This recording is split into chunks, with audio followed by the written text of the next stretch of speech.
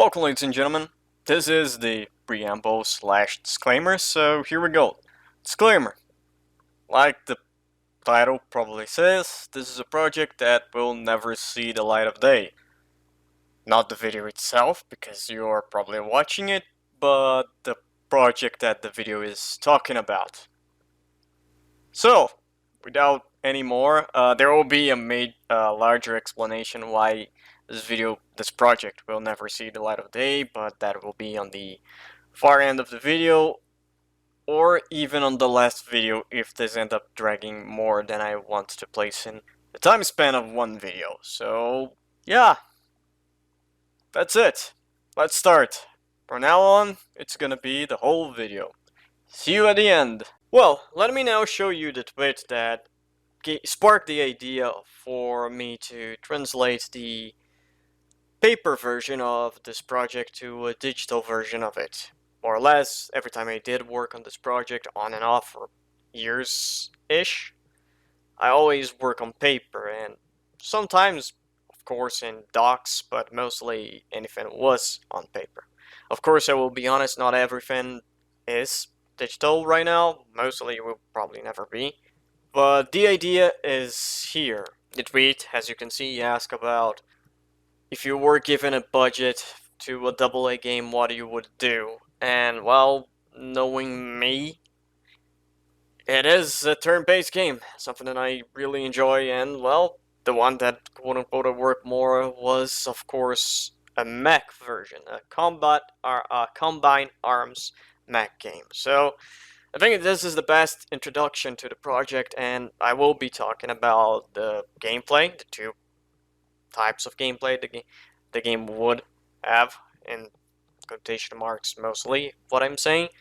And maybe, at the end, I will give a little bit detail on the story, but for some reason I still don't want to place the story out there, and maybe one day I tell why. So, let's start, as always, for the turn-based combat gameplay. Let's give it just a basic overview of the combat now, then explain a little bit about the deployment of units, and then later I will come back to give a more quote-unquote profound look at a combat. The combat would be more or less what many of us already are accustomed nowadays with the tactics combat, the usual player turn, enemy turn. That's something that I do enjoy a lot. I can see a lot of people say that initiative is an interesting concept, and maybe even if, like I said, that's the point, I would try to see if that could work in any way, shape, or form, but in all honesty, I would say that it would run more like player turn than enemy turn. In the question about movement and the action economy, I have to say that I do enjoy a lot the Phoenix Point version of movement, because it does have a far more granular approach to it. It can create some problems, but I think the pros outweigh the cons. To explain a little bit what I mean is, while XCOM or many of the other games, you have your movement action is a finite thing. No matter if you go all the squares, then your half, for example, of the squares that you go, you have the capability on a movement. For example, one movement action takes you 3 squares, or in the case that I'm presenting to this project, 3 hacks. If you move 1 hex, it counts as your entire movement. So I would prefer the Phoenix Point approach, where you still would have the remaining of that action to move the other hexes for whatever point that you want, not limiting to a finite version of the movement. Of course, I would go to the more traditional movement / combat action, and the ability to to transform your combat action into a second movement action. So much some of this, maybe even creating a sprint action that, yes, would allow you to a further movement, even that spanning both of your, but create somewhat of a disadvantage. Small mechanics like that could be implemented during further developing and testing and dropping those features if they don't work. Combat-wise, simple. Each attack would be determined by the weapons that the mech would have, or the vehicle would have. And that's why I want to just give this quick overview for the combat, because I have to talk a little bit about the units, and one of the easiest ways to talk about it, it's what happened always prior to going into the field. It's deploying your units. So more or less here is where I want to talk about the deployment phase. During the deployment phase, you would not only select the units that you would start with, but also any other units that you would be able to bring. A little bit more on that later, but let's sit down to this. You would select 3 lances or squads, a fun thing for outside of the core part of the video. Reading on the paper again, I see that I started using squads, swapping between squads and lance a lot. And probably was because during the period that I started placing lances on the as the terms, I started reading a lot of BattleTech and so on and so forth. So that may be one of the reasons. Just living here, so you may know where the idea come from. But here's the thing. You would start with 3 lances of mechs. Your first initial forces would be only mechs. Each lance/squad would have 3 mechs, a total of 9 units on the beginning of the combat. That is the original idea, and well, more or less I wouldn't change that. That would be more one of those things that you would see as a core fundamental mechanic, and the ability to evac, to take units, individual units from the field during combat would be something that I want. I will explain a little bit more about why that was the case when I'm talking about pilots, and maybe even a little bit when I touch that again talking about the mechs. So, again, starting units, 3 lances/squads of 3 mechs each. Now let's talk about the second part, the reinforcements. Now that you know a little bit more what you have on the field when the mission starts, let's talk about reinforcements. The first thing about reinforcement is, here's where we start the combined arms idea. Reinforcements would not be only mechs. To be honest, bringing mechs, new lance would be one of the most costly things that you could do. The reality would be you would bring tanks or air units, creating this sensation of combined arms. While artillery and bombers would be something that would be off-map support, that you would have access depending on mission or if you choose to invest on those.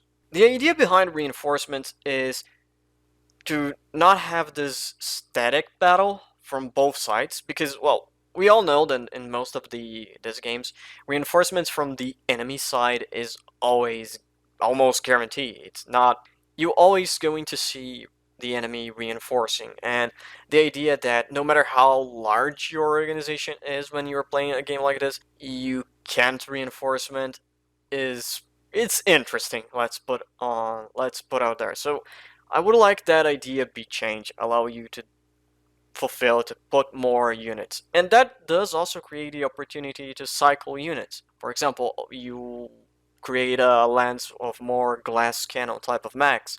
So they go burn and start taking too much damage, and now you create the breakthrough on the enemy line, then you throw the mechs, then you sure know they can hold the line. And of course, that would create cost from the management side, because, well, even if you are able to cycle your mechs out of battle, there would be damage. That would be more mechs that you would need to repair, to refuel, to re-ammo, and all of that aspect would create.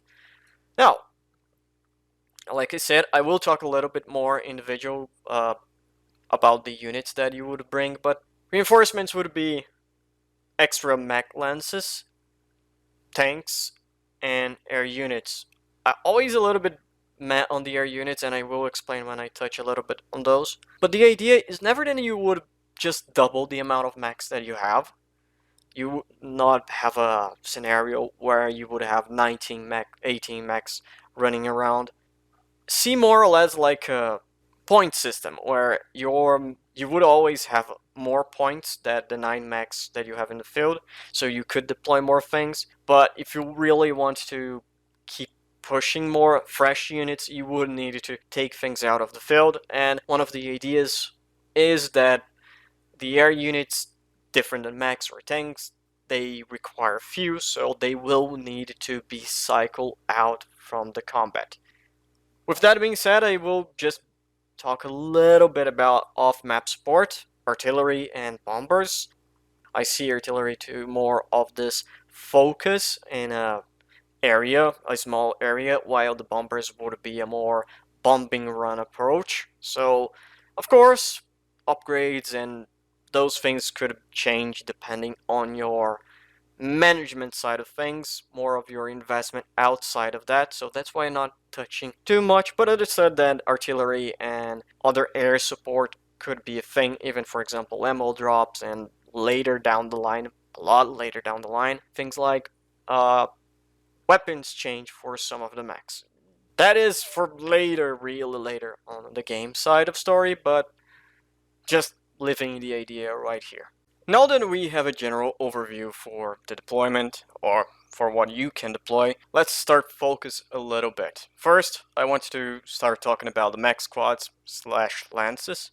And again, then after that, I'm gonna focus on the pilots, and then the overview of the mechs. And then we're gonna go down the line for the units that you can bring on reinforcements, being the tanks or any air units. Okay, ready? Let's start.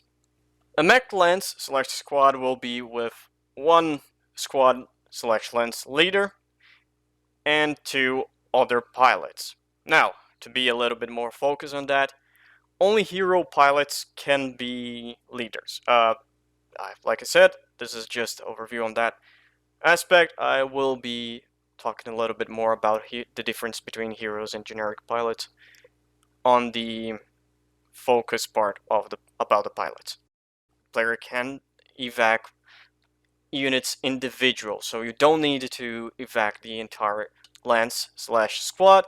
You can evac one mech only. For example, if only one mech of the lance is 2 damage, so you can just evac that.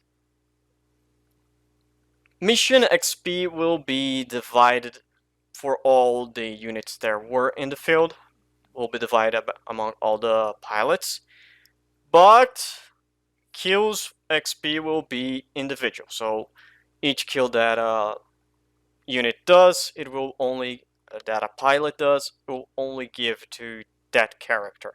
So it will not be to any other characters on that lance.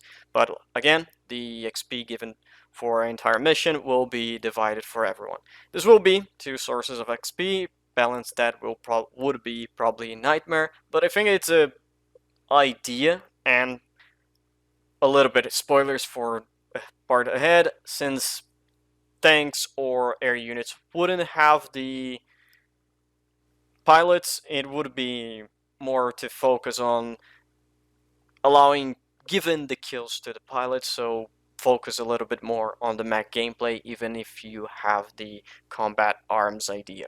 Let's talk about the pilots. Like I said before, there would be 2 different type of pilots. The first one would be the hero pilots, the second one being the generic pilots. Hero pilots would be story characters, people that you would encounter during the main story, and for example, you would gain or lose some of those characters for decisions or story progression.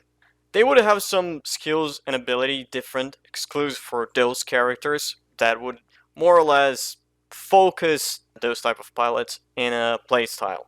For hero pilots, there would not be permadeath on combat. They would get wounded, not be able to deploy on combat, but they would not get killed. Hero pilots are the only ones that could lead a squad. So to have a mech lance, you would have to have hero pilots. So, for example, to deploy the normal 3 pilots, 3 heroes, plus any lance that you would want to place. On the reserve, you would have to have one extra hero pilot. Now, about the generic pilots, they would be recruitable characters. You would have more control over how they would be recruitable. If you want a more or less a comparison, go back to, for example, XCOM 2012, where you would have, for example, Zhang. He was a unit that you could only get by doing his story quest, or you get him by via the story quest, while no all the other soldiers you would get from just recruiting. Now, the difference here is that in that case, the hero pilot has some special skills, while the generic would just have all the skills that normally a pilot would have, allowing you to build those generic pilots the way that you want, more or less to support a playstyle, to support a playstyle of the hero that lead the squad or not. The main difference would be also permadeath. Those characters would die if they get their mech entirely destroyed, they or dead. So that also would incentivize you to pull those characters out of battle to not only save on costs of repairing the mechs, but also not having to retrain pilots. And generic pilots can't be squad leaders. They would be simply the second pilot, the second and third pilot on a squad slash lance. And that is more or less what we have for the pilots. Now I want to talk on a general overview about the mechs, because, well, maybe, I don't know, I will do a more focused part about mechs in general. Here is just going to be a general overview for this section of the video project. I don't know. Okay, let's talk about the mechs. First things first, this will be more of a general overview about the mechs itself. The idea would be 3 generations of mechs being deployed during the entire campaign of a game, and while the first 2 generations would be introduced by story development without the player interaction, without the player input on it, the 3rd generation would be more or less a consequence of player research and player decisions. That would be more, I would talk a little bit more about this on not only on the research part, that will inevitable talk about the mechs, but also on a little bit of the story structure idea. Talking about the first generation mechs, that would be what you have on the beginning of the game. To give a illustration of you in mind, and that is a moment where my lack of skills really shows. I have almost 0 artistic skills. To be far honest, I have negative artistic skills, so even if I have some draws, and I do have some drawings of it, not very confident to share it. So imagine more or less a larger tank, a little bit more than a super heavy tank, with 4 legs. There you go. The idea also is the turret doesn't move 360. It is a little bit more stuck in place. So that is the idea for the first generation. The second generation, you go to a bipedal, not with a torso, no head, and the weapons still build on the mech, being instead of arms or arm, depending on the faction, because factions would have some distinct styles for the mechs. The weapons would still be built on it. The 3rd generation would be the humanoid version of the mechs. Weapons would not be entirely built on the mech, so weapon swapping, even again, heavily quotations on this, on the field would be possible. Mechs would be more generic, less specialized, and that is the idea. Talking about the fact that some mechs will not be specialized, we come to the phase out of Generation 1 to the deployment of Generation 2.